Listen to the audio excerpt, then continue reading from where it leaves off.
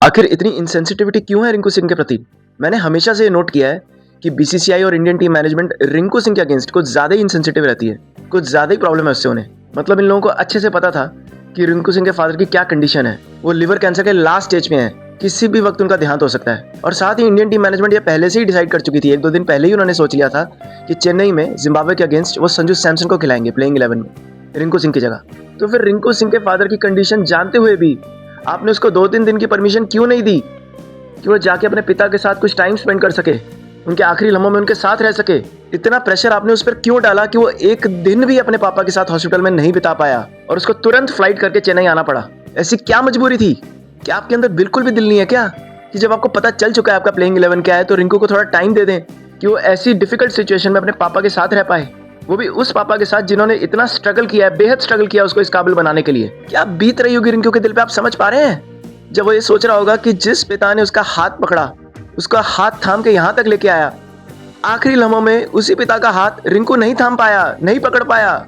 जिस पिता ने गैस सिलेंडर उठा उठा के मुश्किल से गुजारा करके घर चलाया, जिस पिता ने रिंकू सिंह को महंगी कोचिंग और महंगी ट्रेनिंग दिलाई, बावजूद इसके कि घर में खाने के पैसे नहीं होते थे, उस पिता के साथ रिंकू अब उनके आखिरी टाइम में नहीं था। ये कितना पेनफुल आप समझ सकते हो?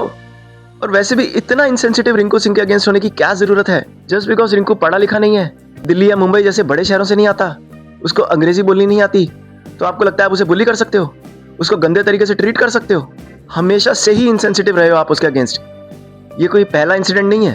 पहले तो आपने बिना मतलब बायस के चलते उसको टीम से बाहर रखा, जबकि आपको पूरी तरह से पता है कि इंडिया के पास उसके जैसा दूसरा कोई फिनिशर नहीं है। उसकी जगह आलतू फालतू प्लेयर ठुसे आपने टीम में, चाहे T20 वर्ल्ड कप ले लो 2024 का या उसके बाद के 2 साल ले लो। और अब वो जब से टीम में वापस आया है उसको मुश्किल से 1 या 2 ओवर मिलते हैं बैटिंग के लिए, और आप उन 1-2 ओवर्स की परफॉर्मेंस की बेसिस पर उसको जज कर रहे हो, ये जानते हुए कि उसकी मेंटल स्टेट कितनी खराब होगी उसके पिता की बीमारी की वजह से।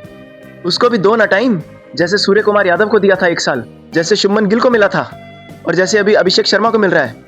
उसके साथ इतनी नाइंसाफी क्यों होती है? और जब आपको पता था कि आपने उसे नहीं खिलाना है तो फिर जाने देते ना उसको, रहने देते ना उसको अपने पिता के साथ। कम से कम उसको ये तसल्ली तो रहती कि उनके आखिरी लम्हों में, अपने पिता के आखिरी लम्हों में उनके साथ था मैं। किस गिल्ट से जिएगा वो, सोचा है?